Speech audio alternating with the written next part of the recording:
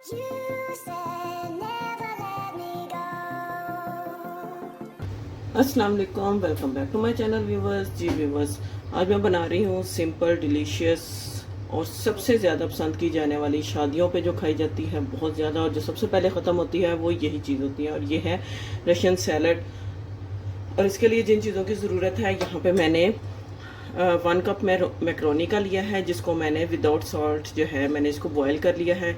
इसके अलावा यहाँ पे 1 कप है नाशपाती, इसको मैंने क्यूब्स में कट कर लिया है। यहाँ पे मैंने 1/2 कप जो है ड्रैगन फ्रूट लिया है। अगर अवेलेबल नहीं है, आप इसके सीजनल फ्रूट कोई भी आप ऐड कर सकते हैं। बस इसमें एप्पल जो है, एप्पल की क्वांटिटी ज़्यादा जाएगी। 2 कप मैंने यहाँ पे एप्पल के लिए है, जिनको मैंने क्यूब्स में कट कर लिया है। यहाँ पे तकरीबन 1 मुट्ठी भर के अंगूरों का था, जिसको मैंने हाफ मतलब कट कर लिया है। और वह यहाँ 1 मैंगो है, इसको भी मैंने क्यूब्स में कट कर लिया है। इस 150 ग्राम यहाँ पे मेरे पास फ्रेश क्रीम है, यानी कि आधा कप फ्रेश क्रीम का लिया है।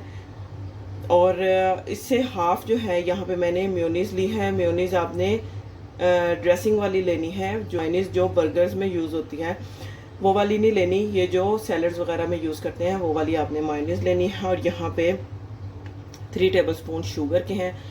यहाँ पर सबसे पहले मैंने ले लिया है एक बाउल, और इसमें मैं ये क्रीम ऐड करूँगी, साथ ही इसमें मेयोनीज़ ऐड कर दूँगी।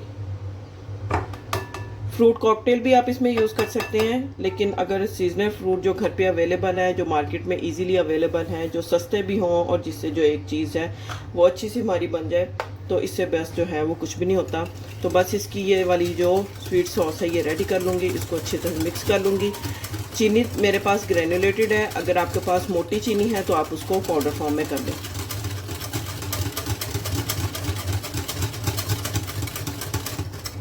चले, यहाँ पर चीनी जो है मेयोनीज़ और क्रीम में मैंने मिक्स कर ली है। अब इसमें मैं ये सारे फ्रूट्स ऐड कर दूँगी। फ्रूट्स सब मैंने इसमें ऐड कर दिए हैं। एप्पल इसमें सबसे ज़्यादा जो फ्रूट यूज़ होता है वो एप्पल है, तो बस आपने एप्पल की क्वांटिटी को ज़्यादा रखना है और बाकी जो फ्रूट्स हैं वो आपने एप्पल से कम रखने हैं।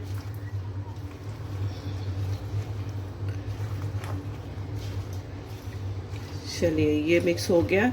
अब इसको मैं ठंडा करने के लिए फ्रिज में रख दूँगी, ताकि जो हमारी सैलड है वो अच्छी सी ठंडी हो जाए और भी ज़्यादा मज़ेदार और टेस्टी हो जाए। तो चले, ये ठंडी होती है फिर मैं इसको सर्व करती हूँ और फिर आपके साथ इसकी फाइनल लुक शेयर करती हूँ। जी व्यूवर्स, तो देखें यहाँ पे हमारी ठंडी टार मज़ेदार जो है रशियन सैलड बन के रेडी है। अब मैं इसको सर्व करूँगी और इसको मेहमानों के साथ और घर वालों के साथ इसको शेयर करूँगी। उम्मीद करती हूँ आपको रशियन सैलड की रेसिपी अच्छी लगी होगी। रेसिपी अच्छी लगी हो तो वीडियो को लाइक करें, सब्सक्राइब करें, शेयर करें। मिलते हैं नेक्स्ट वीडियो में एक और अच्छी मज़ेदार रेसिपी के साथ। तब तक के लिए अल्लाह हाफिज़।